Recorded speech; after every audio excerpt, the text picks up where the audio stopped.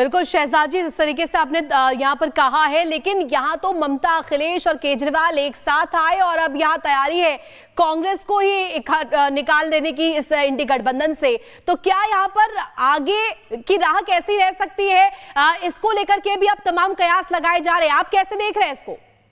देखिए, ये लोग अभी हमारे उपराष्ट्रपति के खिलाफ नो कॉन्फिडेंस मोशन ला रहे थे। वो जाट समाज से आते, किसान समाज से आते हैं, उनका तो नो कॉन्फिडेंस मोशन का कुछ हुआ नहीं, पर राहुल गांधी के खिलाफ नो कॉन्फिडेंस मोशन आ चुका है, और वो भी जनता के द्वारा नहीं, अपने ही साथियों के द्वारा।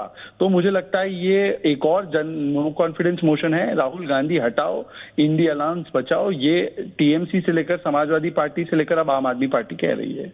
आम आदमी पार्टी को क्या शहजाद समझ में आ गया है कि जो कुछ हालात हैं वो कांग्रेस पार्टी अगर साथ रहेगी तो जो है आम आदमी पार्टी का भला नहीं होने वाला है?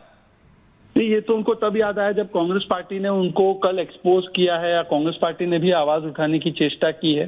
अब जब तक कांग्रेस पार्टी साथ में थी उनकी दिल्ली के, तब तक ठीक था, और कांग्रेस का ही तो वोट लेकर ये आम आदमी पार्टी बनी है। ये कौन सा वोट है? ये वही तुष्टीकरण वाला वोट बैंक वाला वोट है। तो कांग्रेस का वोट पूरा ट्रांसफर हो गया, कांग्रेस 0 हो गई और आम आदमी पार्टी जो है वो सत्ता में आ गई। अब आम आदमी पार्टी को बिल्कुल शहजाद, जिस तरीके से आपने प्रतिक्रिया दी है, अपनी राय यहाँ पर रखी है, देखना होगा कि आगे क्या कुछ डगर रहती है कांग्रेस की, बढ़ेंगे आगे। और इस बीच एक बड़ी जानकारी मिल रही है, केजरीवाल के घर के बाहर प्रदर्शन, बीजेपी महिला मोर्चा का ये प्रदर्शन रहने वाला है, और बीजेपी महिला मोर्चा के तमाम जो यहाँ पर कार्यकर्ता है वो पहुंचेंगे, और संजीवनी महिला सम्मान योजना पर जिस तरीके से विवाद जारी है, इसी को लेकर के प्रदर्शन करते हुए नजर आएंगे। तो देखिए, दिल्ली एक अखाड़ा बन चुका है, यहाँ पर जो योजनाओं को लेकर के जिस तरीके से तनातनी की स्थिति है, सियासी जो यहाँ पर तनातनी की स्थिति देखने को मिल रही है, बीजेपी अब प्रदर्शन करने की यहाँ पर जिस तरीके से जानकारी मिली है, बीजेपी महिला मोर्चा का ये प्रदर्शन रहने वाला है, और पूर्व सीएम केजरीवाल के घर के बाहर ये प्रदर्शन किया जाएगा। तो अरविंद केजरीवाल के घर के बाहर ये प्रदर्शन, जिसके तमाम मायने भी अब निकाले जा रहे हैं। महिलाओं के लिए ही ये योजना लाई गई थी, जिसमें सम्मान योजना में जो धनराशि है, जो कहा गया था, जो राशि उसे बढ़ा दिया गया था, 1000 रुपए से बढ़ाकर 2100 रुपए कर दिए गए थे, और उसे अब लेकर के बीजेपी जो है वो सड़कों पर आने वाली है। महिला मोर्चा का ये प्रदर्शन रहने वाला है। तो देखिए, वादों की जो झड़ी लगी है, और इसी के बाद जो सियासी तनातनी इस वक्त दिल्ली में देखने को मिल रही है। लगातार सवाल खड़े किए गए बीजेपी की तरफ से इस योजना को लेकर के, खासतौर पर महिला सम्मान योजना, संजीवनी योजना को लेकर के, जिसमें तमाम जो कह सकते हैं कि जो तमाम ओत प्रोत इसमें थे, जो प्रोज एंड कॉन्स थे इस योजनाओं को लेकर के, किस तरीके से अब आम आदमी पार्टी वर्सेस बीजेपी दिल्ली में देखने को मिल रहा है।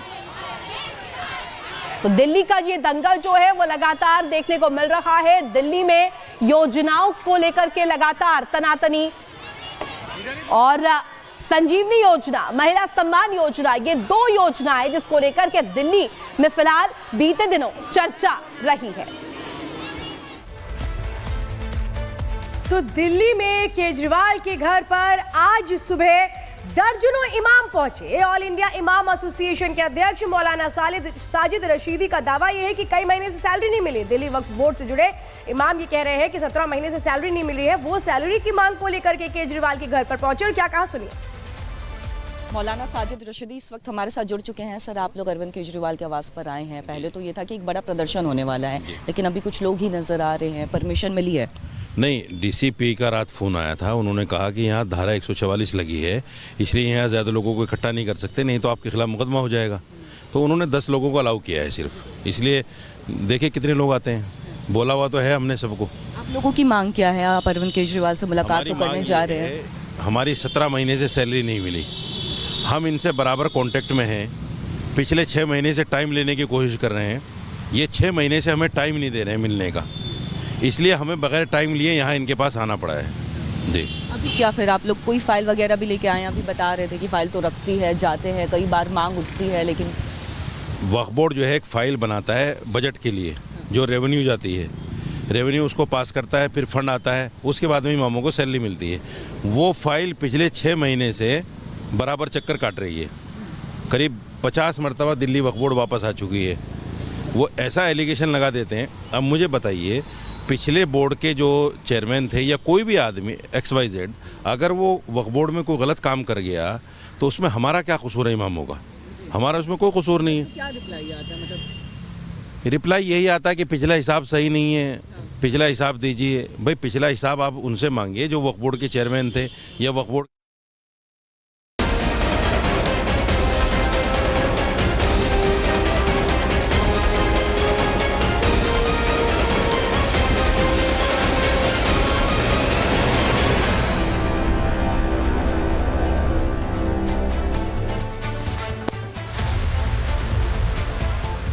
और वहीं इसी बीच आपको बड़ी अपडेट बताएं, बांग्लादेशी घुसपैठियों को लेकर देश भर में बड़ी कार्रवाई इस वक्त की जा रही है। आपको बताएं कि अलग अलग जगह पर बांग्लादेशी घुसपैठियों को लेकर बड़ा एक्शन अब लगातार देखने को मिल रहा है। तो ऑपरेशन घुसपैठिया जिसे अंजाम इस वक्त दिया जा रहा है और वहीं दूसरी तरफ जो बड़ी कार्रवाई है वो लगातार इस वक्त जारी है।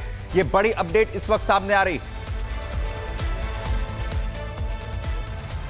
तो बड़ी जानकारी बांग्लादेशी घुसपैठियों को लेकर जिस तरीके से बड़ी कार्रवाई जारी है। आपको बताएं कि महाराष्ट्र, दिल्ली, असम में यह कार्रवाई हो रही है। अवैध बांग्लादेशी नागरिकों के खिलाफ एक्शन है। महाराष्ट्र से 17 बांग्लादेशी जो नागरिक हैं उन्हें गिरफ्तार किया गया है। महाराष्ट्र के कई इलाके जहां पर एटीएस और पुलिस का एक्शन देखने को मिल रहा है। ठाणे, मुंबई, नासिक में एटीएस का जो तलाशी अभियान है वो जारी है और अलग अलग थानों में 10 एफआईआर दर्ज की गई हैं। फर्जी दस्तावेज बनाकर भारत में लगातार ये रह रहे थे, जिनके खिलाफ अब एक्शन एटीएस की तरफ से किया जा रहा है। महाराष्ट्र, दिल्ली और असम में यह कार्रवाई की गई है। तो देखिए लगातार ये एक्शन जारी है। घुसपैठ को लेकर के, अवैध घुसपैठ पर किस तरीके से प्रहार किया जा रहा है ये हम लगातार देख रहे हैं, चाहे बात हम दिल्ली की करें, महाराष्ट्र की करें या असम की करें। तो देखिए ऑपरेशन बांग्लादेशी घुसपैठियों को लेकर के लगातार की जा रही है। तो देखिए ग्राफिक्स के माध्यम से अब आपको बता देते हैं कि आखिर यहां पर किस तरीके से जो एक्शन है वो लिया जा रहा है। देश के कई राज्यों में घुसपैठियों को लेकर के एक्शन है। महाराष्ट्र, असम, दिल्ली में जहां बांग्लादेशियों को लेकर के जो अवैध बांग्लादेशी घुसपैठ है उसको लेकर के चाबुक चल रहा है।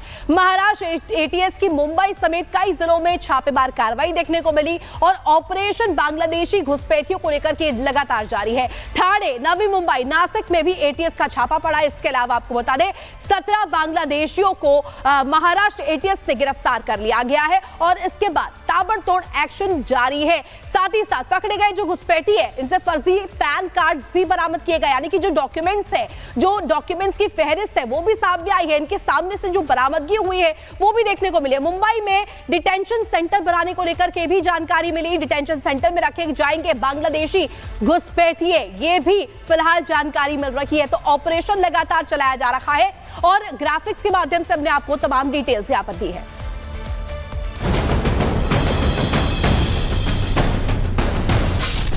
महाराष्ट्र से 17 बांग्लादेशी गिरफ्तार, 14 पुरुष 3 महिलाएं शामिल। अवैध रूप से भारत आए थे बांग्लादेशी घुसपैठियों के खिलाफ महाराष्ट्र की फडणवीस सरकार जबरदस्त एक्शन में है।